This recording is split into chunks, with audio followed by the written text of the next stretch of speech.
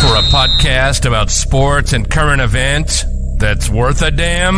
Well, you're in the right place. This is On the Clock Radio. Funny as hell, and they love to argue. Let's do the damn thing. You're listening to On the Clock Radio with Raul Lezcano, Reggie Edwards, and Tyrone Benson,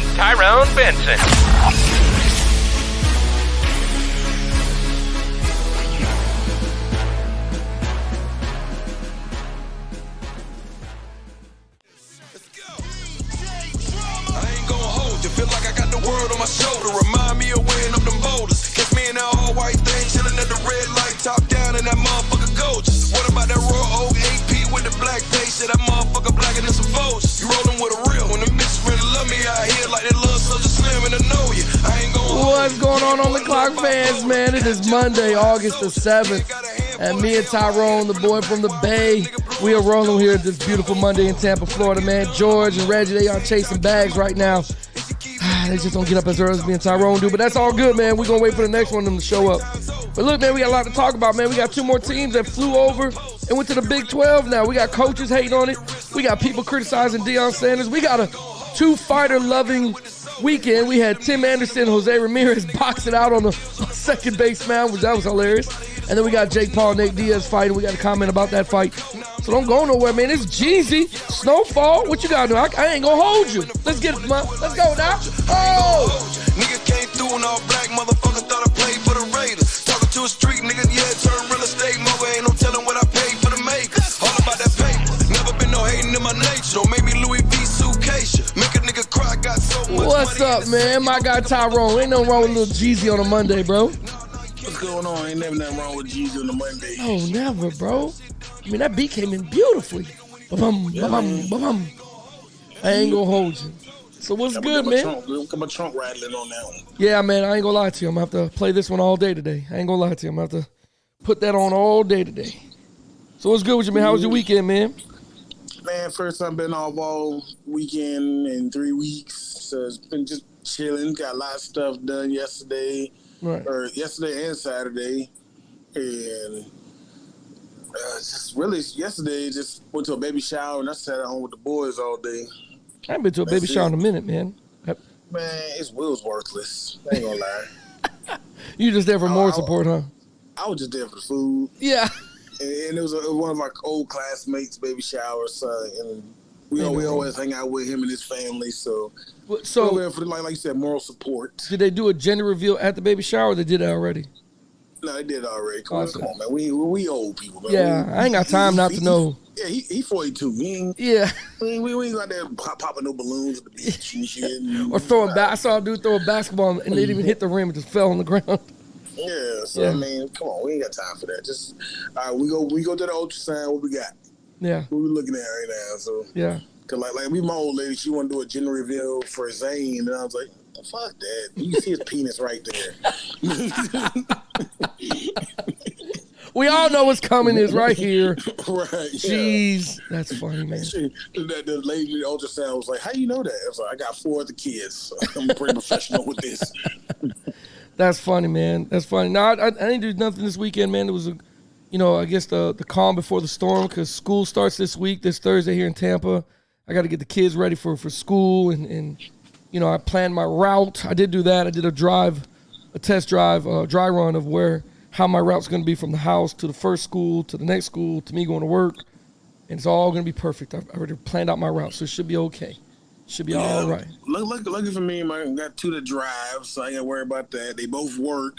Right. So, like, when I was like, hey, what y'all need for school?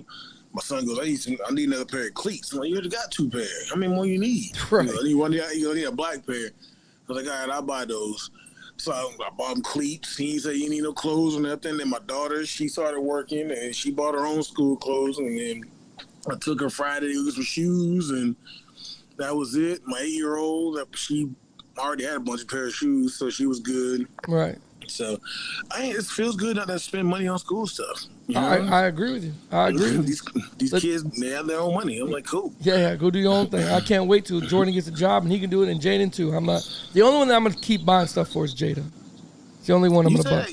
you say that now until she gets her own, because I said the same thing with my oldest one, and she's like, "Oh, Dad, I got a job, so I had ordered all my stuff off whatever that Shein. She get all her clothes from Shein." Yeah. And so then she was like, "Dad, I need $20." I'm like, "For what?" She goes, I want my shoes to be here for school start." And I was like, "Okay." It's like, "Sorry, $20. How much are your shoes?" And she was like, "Oh, they were $170." Jesus. For like, yeah, she bought some Dunks, just like everybody else in the world. And so she bought some Dunks, and the shipping for her to get like 3 to 5 days was like $30-something. So I was like, all right, I'll pay for your shipping. So I was like, this girl. Well, I'll still shoot her some money, man. This is my baby girl. I'm still gonna get the other boys got to work for them. I'm not paying them no more. After 15, or after 16, it's a wrap. You got to get your own crap. Well, for some reason, it's like for me, it's like with him, with my oldest, he's about to be a senior, and it's like, wow, okay, what you need? Nothing. He don't never need nothing. All he wants is cleats or a new back flap or a new visor. So I forked that out. That's easy. I can do that. Right. So, but he want me like, well, last year he needed some stuff, and he was like, yeah, well, actually he wasn't working last year, so we went to school shop, and he wanted me to buy these $30 pair of drawers. I'm like, whoa, wait a minute. Damn it. Are you talking about the ones that are ASOS or whatever? Yeah, man. Come on, man. Do you know there's only one in that bag? Yes. It's only one. For $29.99. Bro, I told him, said, do you understand if you want to wear spandex, if you want to wear spandex as your drawers, bro, I can paint some shit on these things, man. $30 for one of them. I got 2 boys. I was like, no, ain't no way. Y'all better cut them drawers in half and share them shits. Ain't no way, man. Man, as soon as he got a job, every other day we're getting Amazon packages. What you get? Some underwear? Yeah, exactly. Jordan did like too. 40 pairs of drawers. I'm like, good God. Jordan's the only kid's like, Dad, I need $30 for this. It's crazy. They won't buy this. It was some of his friends. Like, we're going to the mall and get a haircut. This fool come back with no haircut. I'm like, what'd you do with the money? No, I'm gonna get a haircut tomorrow. I got so busy there. I'm like, okay. 2 days later, freaking packages show up. I'm like, bro, so you ain't got no haircut, but you got a $30 pair of drawers. Right. Not even a pair, single drawers, bro. You crazy? I told him, I was like, dude, you know how lucky it is for you not to be adulting right now, because it's a life decision where I want to spend $15 for a pack of 3. Yo, I was talking shit to my mom, Tyrone. You're gonna love this. I was talking shit to my mom. I was like, what we have to do today is nothing compared to what you had to do in your day. She's like, what are you talking about? You didn't have to deal with $4 gas prices. You didn't have to deal with $30 underwear. You don't have to deal with all this shit now, right? The inflation that's going on right now. Inflation back in the day, I remember my mom and dad had were upset when the news told them that McDonald's regular hamburgers were going from 84 cents to 98 cents. I can't tell you how much my father lost his mind over regular hamburgers. And he was like, this is crazy. I be telling my kids, I'm like, you realize when I started driving, gas was like 89 cents? bro, who you talking? You drop a $5 bill, you riding good for all week. You know how Bessie was. She ran on hot dog water. So, I mean, shoot, $5, we rolled up for 2 weeks. Like gas money back then was 50 cents, man. Bro, you could scrape that out of the couch. Bro, I can get a whole $2-3 and be like, yo, I'm good. I'm gonna be good on gas for tonight. That's it. I'm gonna use these money for this alcohol and for this. Bro, that's crazy. I told him I had a 1988 Central. What it took, I think when the gas was that low, like I think the highest I got when we were in school was like $1.10. Yeah. I was like, I was riding a full tank gas for $10. Yeah, for real. I was rolling. For real, and we rolling for a week on that gas. Yep. Yeah, man, you ain't lying, man. I went to the pump the other day. I saw that $4.29. I was like, son of a bitch. We ain't got the 4 yet. We had $3.89 over here. Bro, they got $4 over here. I'm like, man, I need me a scooter. They make you want to drive an electric car after this shit. Man, look, I be laughing at them cats. Like my boss, he got a Mercedes, and he be flipping hot because they only takes premium. Yep, he's at $6. Yeah, you had that shit. Yeah, I can't do it. Everybody's like, oh, you got a Charger. You got to put premium in that. No, I got a V6, baby. V6. Yeah. We go 89. I just got a cat. That's all I If it's got. a tough, I ain't got no hell. if it's a if it's a tough week, we go 87 for a couple days. Yeah, well, my car, I put 93 in there once a month just to clean it out a little bit. Ain't no wrong with that. But right now, we get 87. Bro, it's tough, man. It's tough. They have to deal with all that stuff nowadays, and I can't imagine. But I'm happy school's starting. I know a lot of parents, they're happy too. Like, you can have your house back for a couple hours. I know I'm probably not going to show up to work on Tuesday because of it. On Tuesday, I'm going to get my mind ready. And on Thursday, I'm telling them I'm just going to be late to school. I'm just going to, late to work. I got to get these kids to school. And that first day, that traffic is hell, boy. Thank God for Heritage Parkway because I can bypass all that shit now. Oh, yeah? So, it takes me 15 minutes to get to work. Right.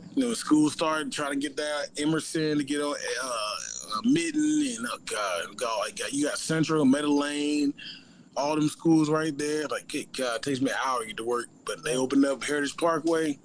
Ain't no schools back there, baby. Good to go then, yeah. Yep. That's what's up. Well, Tyrone, man, over the weekend, man, it was just a crazy little weekend, man.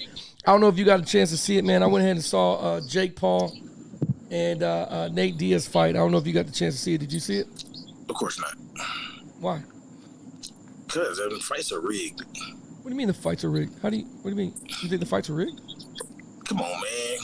Like, he's fighting all these washed up people, MMA fighters. You got a split decision against what's his name, Tyson? Not Tyson, but little brother. Yeah, little brother.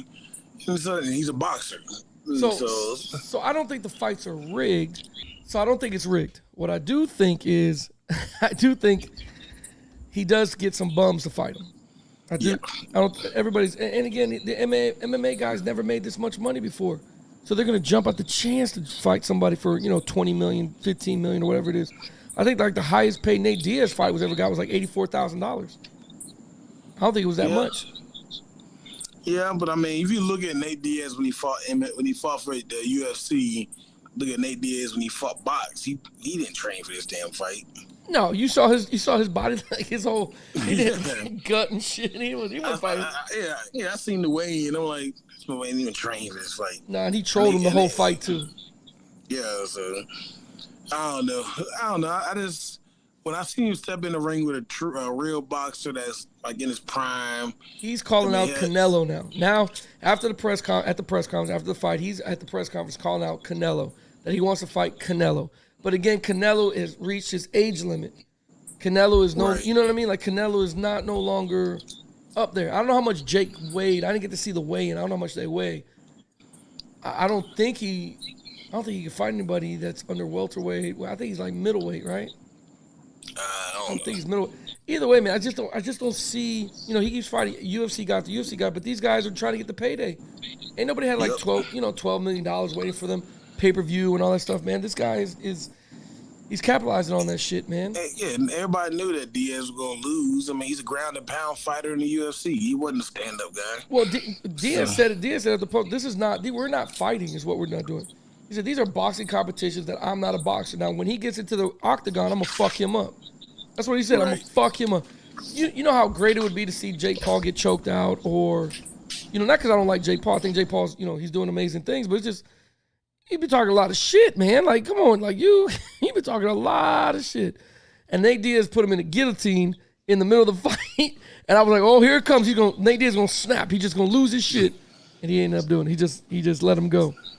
Yeah, choke him out. Yeah, but Diaz said it. This isn't we're not fighting. This is a boxing competition, and we're not really fighting. Fighting, come get in the octagon, then I'll show you what a fight look like. So, and he's right. And Diaz, I mean, for somebody that don't know how to box, he gave Jake Paul some shots in there, man. He a couple uppercuts in there. He really fucked him up, and I was surprised, bad bodied and all, how Nate Diaz was able to last 10 rounds. He better go fight Errol Spence then. Well, that's. Errol Spence probably get fucked up by Jake Paul after how Crawford did it, man. Crawford got him pretty good and on his heels. The other fight I was going to talk to you about was your boy Tim Anderson and Jose Ramirez. I don't know if you saw that one. Did you see that on baseball? Of course I did. Look, I got this. I was scrolling through TikTok, man, and it was so funny to hear. Listen to the announcer when these guys went off on the fight. Here it goes. Oscar's throw is not in time. He just missed him at second base. This is another rocket of a throw, and now... Oh, boy.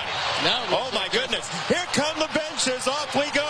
It started with Anderson and Ramirez. Swings being taken. Kopech had to hold him back, and everybody's spilling out here in Cleveland. Tyrone, the whole dugout, everybody came out. Yeah, that's how baseball is. When they get into a fight, yeah, everybody's got to come out. So here, I'm gonna show you the fight here real quick. And down goes Anderson, boy. Down goes Anderson. This was a haymaker that he didn't see coming, man. I don't know if you can see that. Here it comes. Oh my goodness! Here come the benches. Off we go. It started with Anderson. You see how he just sat him down? Ramirez sat him down. And when you play back the video in slow motion, he just whiffled at a hit. I mean, Anderson got some good square up game. He squared up nicely. Yeah, he was getting pushed back when he saw it through that haymaker. It's like, oh snap! Yeah, he did. Anderson was asleep before he hit the ground. Bro, he got back up like he still wanted to smoke. Man, you better sit down. Them jokers, if you keep playing the film, his teammates were holding him off the field. He was staggering. Then like 2 minutes later, he tries to come back out the dugout. Bro, here goes the coach for Cleveland Guardians. Here goes the coach about it was hard not to chuckle. Watch, listen to this shit. What do you think of Jose's left hook? Right hook. Right hook. Right.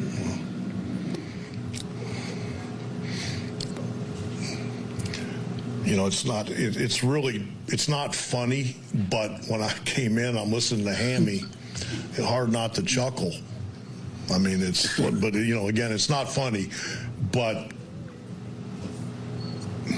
You see him nodding his head like he's like, well, it's not funny, but it's kind of hard not to chuckle when a bitch gets sat down. I mean, damn it, man. Yeah. The only person I seen that happen to was when Nolan Ryan had that dude in the headlock uppercutting him. Yeah, Nolan clearly trained for that. He knew what he was doing on that one, man. It was just what a wild time in baseball, man. Baseball, I don't know, this past year has been just, and it's been a short time. That season hasn't really got going. I mean, the bad calls from the umpires, these guys fighting. I don't know what Ramirez got so upset about. I mean, when you slide in head first into second base, you know, and the guy tags you, and what do you think? Everybody knows when you slide head first, you kind of extend your arm out, whichever one you want to, and you kind of just, you know, try to get in the bag that way so you don't get smacked in the face. Not his fault. He caught the ball, put the ball down, and it smacked you in the face, and your hands are on the back. What do you want him to do? If that was it, I didn't see it smack him in the face, so I don't know. It didn't look like it got him to the face. It looks like I mean, if you see where he's laying at, bro, look how he's laying right here. Let me see if I can get this to you. Yeah. Like, look at this. His whole body is over the second base. I mean, he went underneath his legs. But that's why his helmet came off, because the glove smacked him. I don't know if it was the helmet or the bouncing off the ground. He bounced hard as shit off that ground, bro. Like, here's the helmet. The helmet's on right now. I'm going to hit play and watch how he bounced off this ground real quick. Because he's ready to fight. Yeah, but goddamn, he's like, what are you doing? Like, I ain't doing shit. I wish the camera was still on him. Look at this square up game. Tim Anderson, it's nice. Tim Anderson grew up in a fucked up neighborhood. Look at this guy. Bop, bop, bop.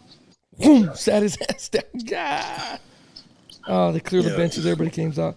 But that's what makes it funny, that he was on another show, another podcast, talking about how where he came up and he was a fighter, and he just got sat down, bro. Yeah, he did. I'm not gonna lie to you, man.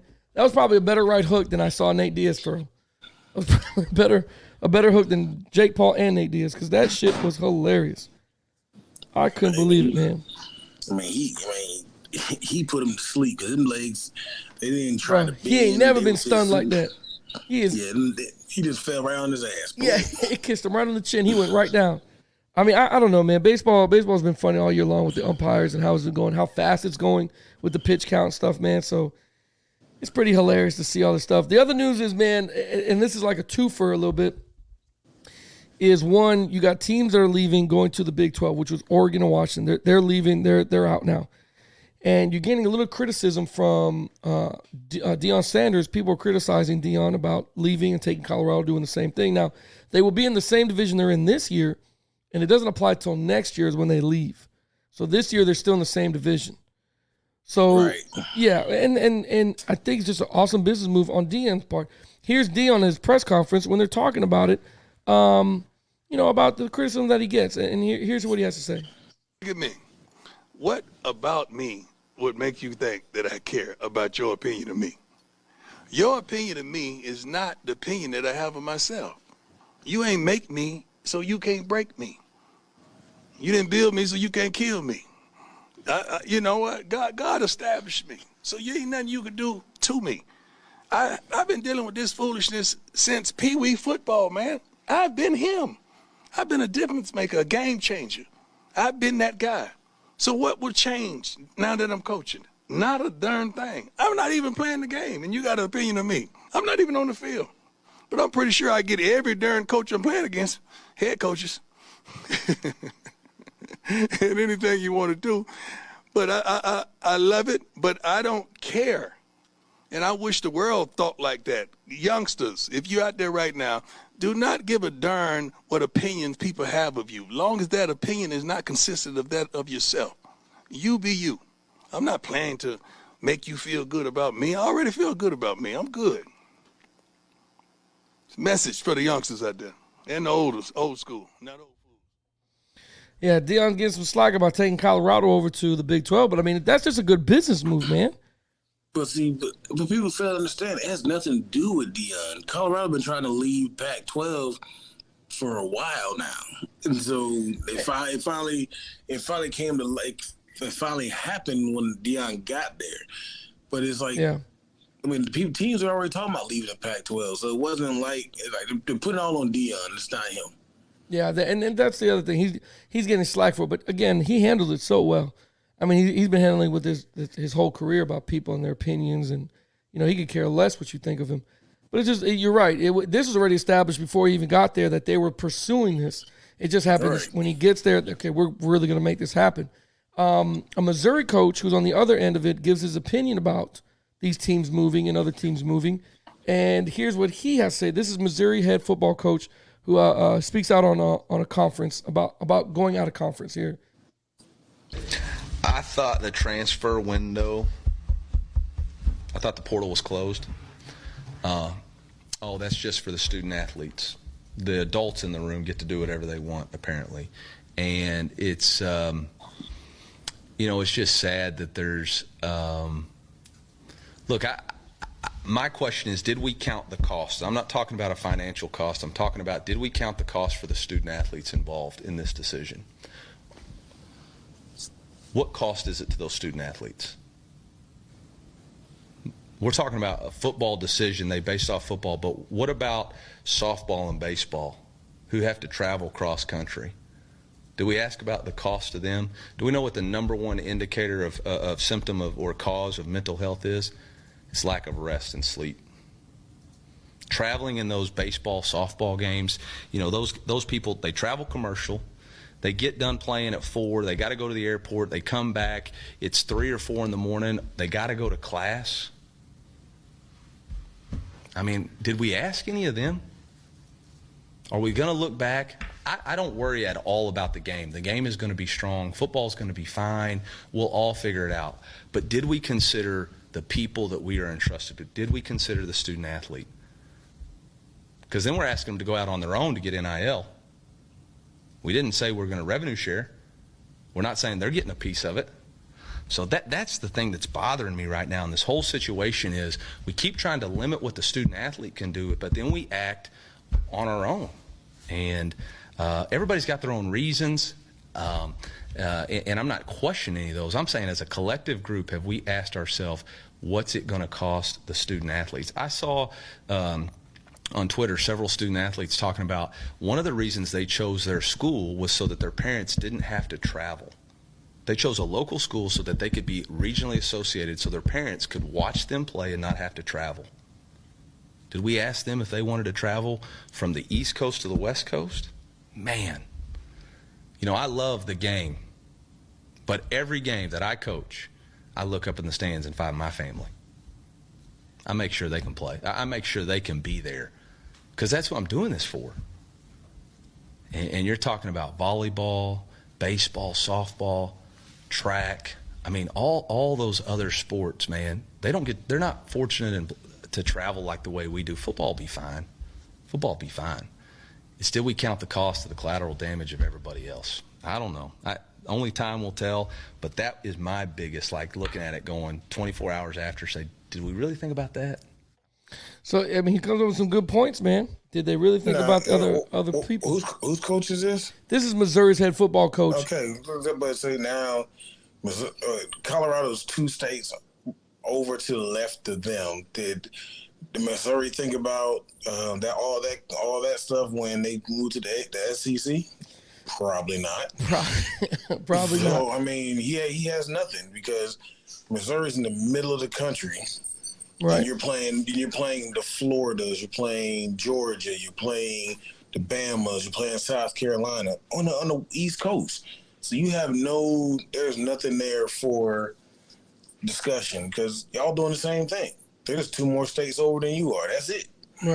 Right. And so, I mean, I feel like he has there's nothing there for him to say because they're doing the same damn thing. And they moved to a bigger conference because of money.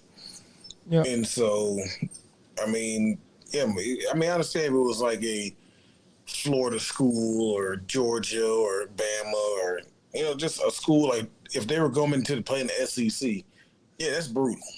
Right. That's brutal because you're right. That like softball, I know it firsthand because, my wife's freaking cousin is an athletic trainer for a softball team in Louisiana, and they travel all over the country.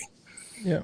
And so, I mean, it really doesn't matter when they only play twice a week. They play like on a Wednesday and a Saturday. So they have time between. So are they going from Louisiana and they're flying over to South Carolina and then they're flying all the way to Cali and then they fly, play their little game, they fly back. And then she said somebody fly the same day. They come in. She said they fly in, they play the game, get back on the plane the same day, and fly back. So, I mean, I understand what he's saying, but at the same time, it's like your school's doing the same thing. Yeah, but do you think it affects? I mean, he has a good point about these other sports don't travel like football does. Football is going to go, where they need to be. Like, how do they travel? That's just more money they're kicking out. Do you think it has any correlation with NIL deals? Like, are these schools making these decisions based on, okay, we got to get into a conference that not only gives us exposure, we can make TV money, because we got to pay some of these athletes to get them to keep here or whatever. Well, I think part of it is that, but I think the other part is the fact that all the movements come out of Pac-12, and everybody knows that us being on the East Coast, we don't stay up for the 10 o'clock Pac-12 games. Yeah, that's true. I mean, they're not getting the East Coast and I would say the Central time zones. They're not watching them play because all the good games happen at noon and 1. Right. So, I mean, they're not getting the views and everything that, these other Power 5 schools are getting because they play all their games at noon, 1, and 5, and 7. Like, you don't see a Pac-12. How many Pac-12 games do you see on prime time at 7? Not too many. Right. And so, I mean, I think it's more the fact that, these schools are leaving because they want the TV exposure. Because, the Pac-12's, what's it called?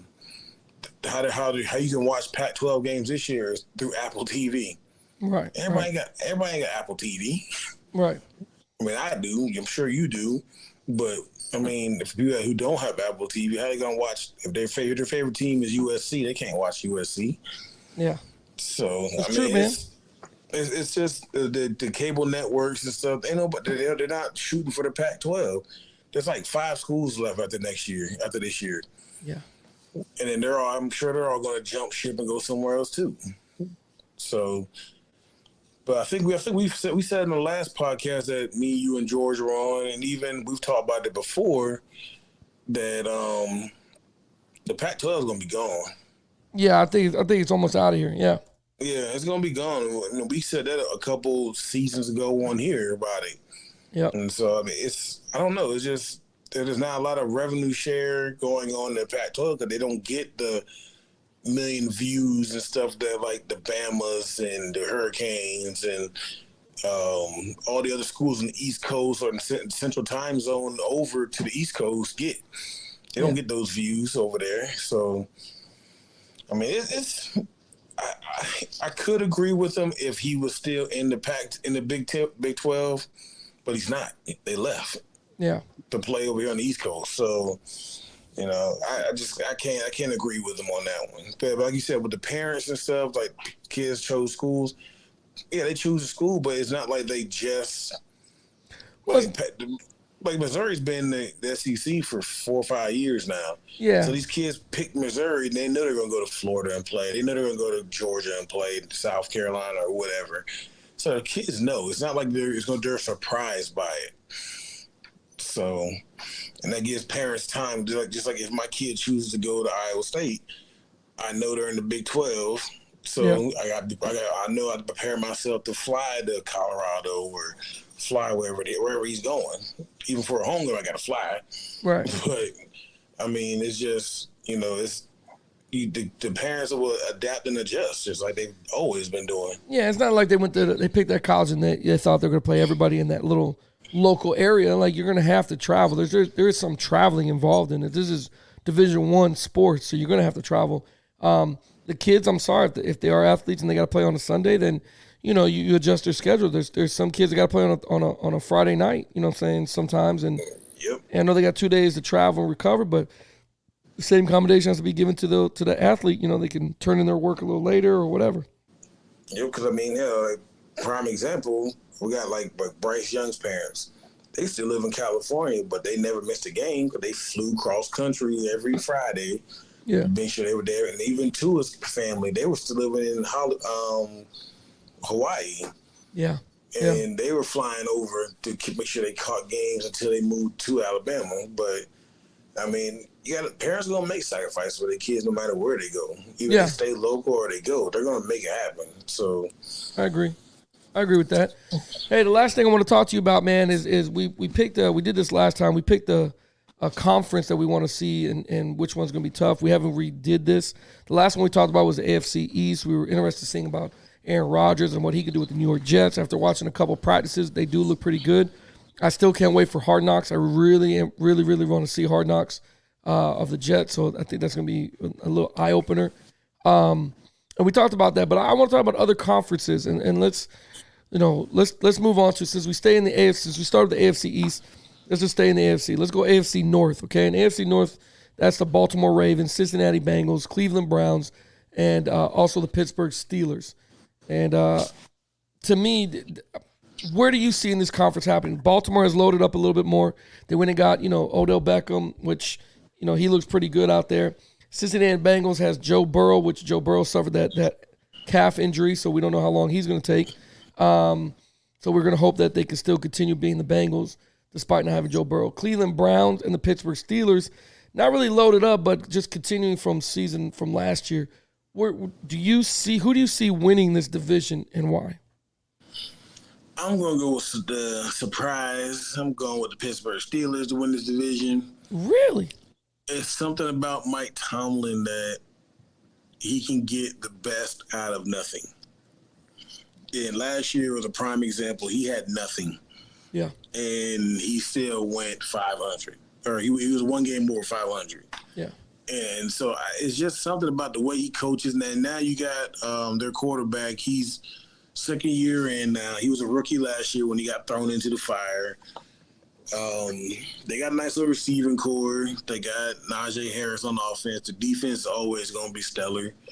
Yeah. I just think it's something about Mike Tomlin they're gonna be better than 8-7 or what? They were 9-8 last year. Yeah. They're gonna be better than that this year. Really? So, because I think some of them games they should have won, and they lost just because the rookie quarterback mistake, rookie mistakes. True. And so, I mean, hell, the Bengals gonna be the Bengals, of course. I just feel like, I don't say you strain a calf and you got a calf sleeve on. I don't get it. Well, I think he was hurting before, and then they kind of like pushed him. Maybe that's what I'm looking at. I don't know, but I mean they're going to be okay. But I think teams are going to start catching up to them now, especially in that division, because Baltimore's defense is Baltimore's defense. They're always pretty good, and I think the Browns are going to be surprisingly good because Deshaun Watson was out of football for 2 years, so you hoped people didn't expect he was going to play like the Deshaun Watson from the Texans. So I think giving him a full year under his belt last year, a full offseason this year, I think that they're going to look a little different. Cleveland's defense was pretty nasty last year. Yeah. So I think with Nick Chubbs but they got rid of Kareem Hunt, they cut him, but with Nick Chubbs and a healthy Deshaun Watson, and they got decent receiving core, I think the Browns are going to surprise some people this year too. Yeah. So, yeah. Yeah, I think so. I think I'm excited to see what Odell Beckham can do for Baltimore. I am kind of interested to see, how that dynamic works and how long it can work. And I'm not putting anything on Odell Beckham, but coming back from an ACL tear, it's like shit. How long can he's been out for a year, year, so he has, and so it should be good to go. But that NFL season, man, it's a grind in itself, man. And if you get deep in the playoffs, bones start to get sore, man. It is what it is. I'm interested to see how that works, that dynamic works, but. I don't know, man. I do agree with you that Tomlin is a great coach. I've always said that to compliments to him. When he got the job and they picked him, he is an amazing football coach. But he got 15 years. It's a long run. Non-losing record. That's pretty stellar. I will say this though, if Joe Burrow can come back and be okay, I kind of like Joe Burrow. And only because from Joe's first day as an NFL starting quarterback, he has always seemed like he has been a year ahead of most of the pack. When I look at the quarterbacks in this group, okay, the only one that I can say that really sticks out is Deshaun Watson based off of his experience. But if I had to say who's a better quarterback, I would say Joe Burrow. And you can only get as far as you can in this league, in that division at least, with your quarterback. If Joe's hurt, then yes, I do agree. Baltimore, it's a battle between Baltimore and Pittsburgh. I don't know if Cleveland can beat both of them. If Deshaun Watson never missed football, he would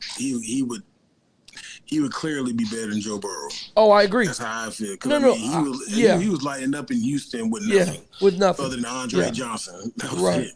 No, I agree with you. I didn't mean to make it seem or paint a picture differently. I think Joe Burrow, since he got in the league consistently, for whatever reason, it's fine. Deshaun missed that year. Not that Deshaun's not a good quarterback, but I've just seen more production out of Joe Burrow in this division. I didn't really see, spectacular things from Watson in this division yet. Well, I mean, he doesn't have anything. He doesn't.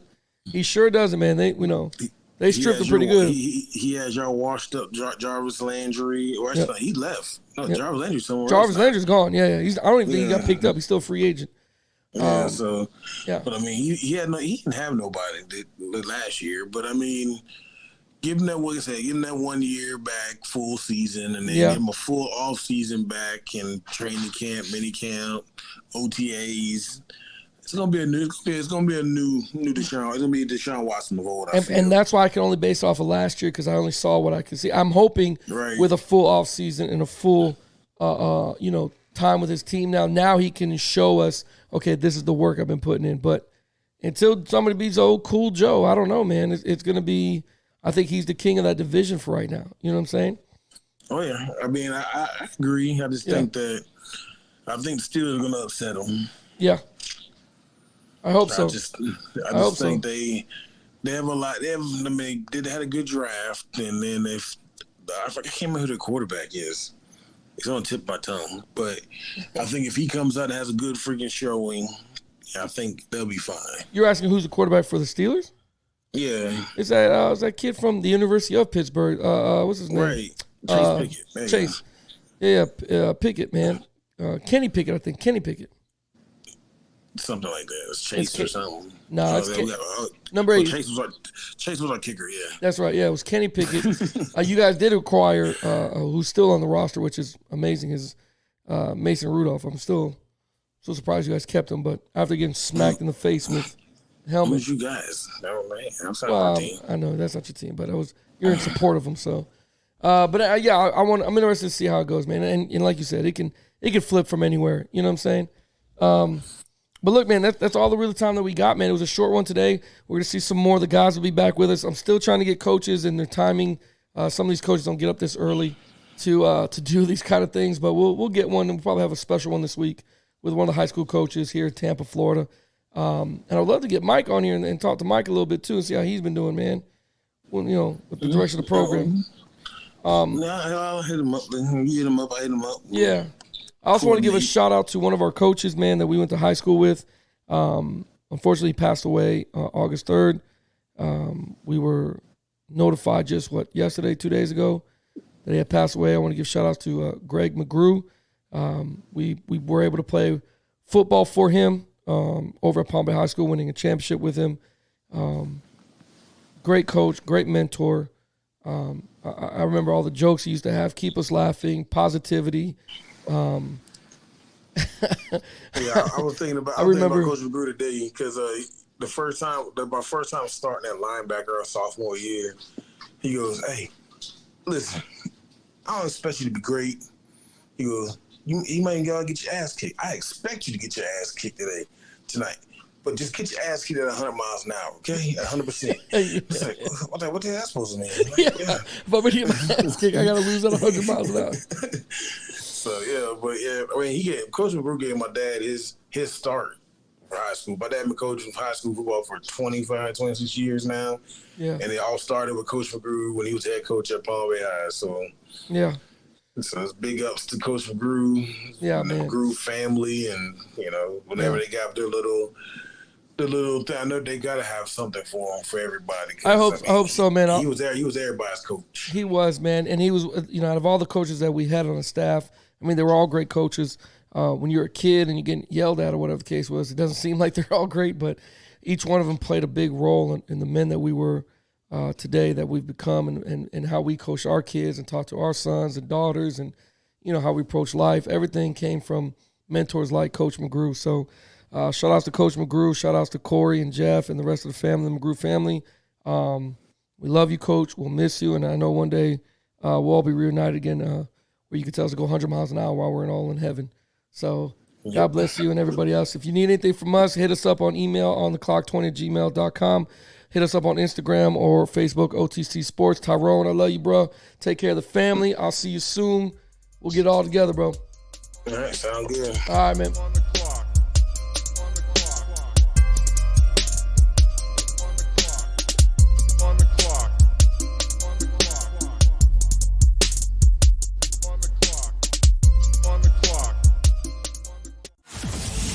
You've been listening to On the Clock Radio.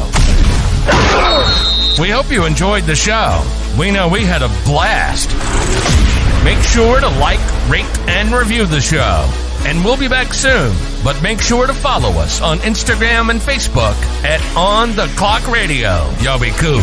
See you next time.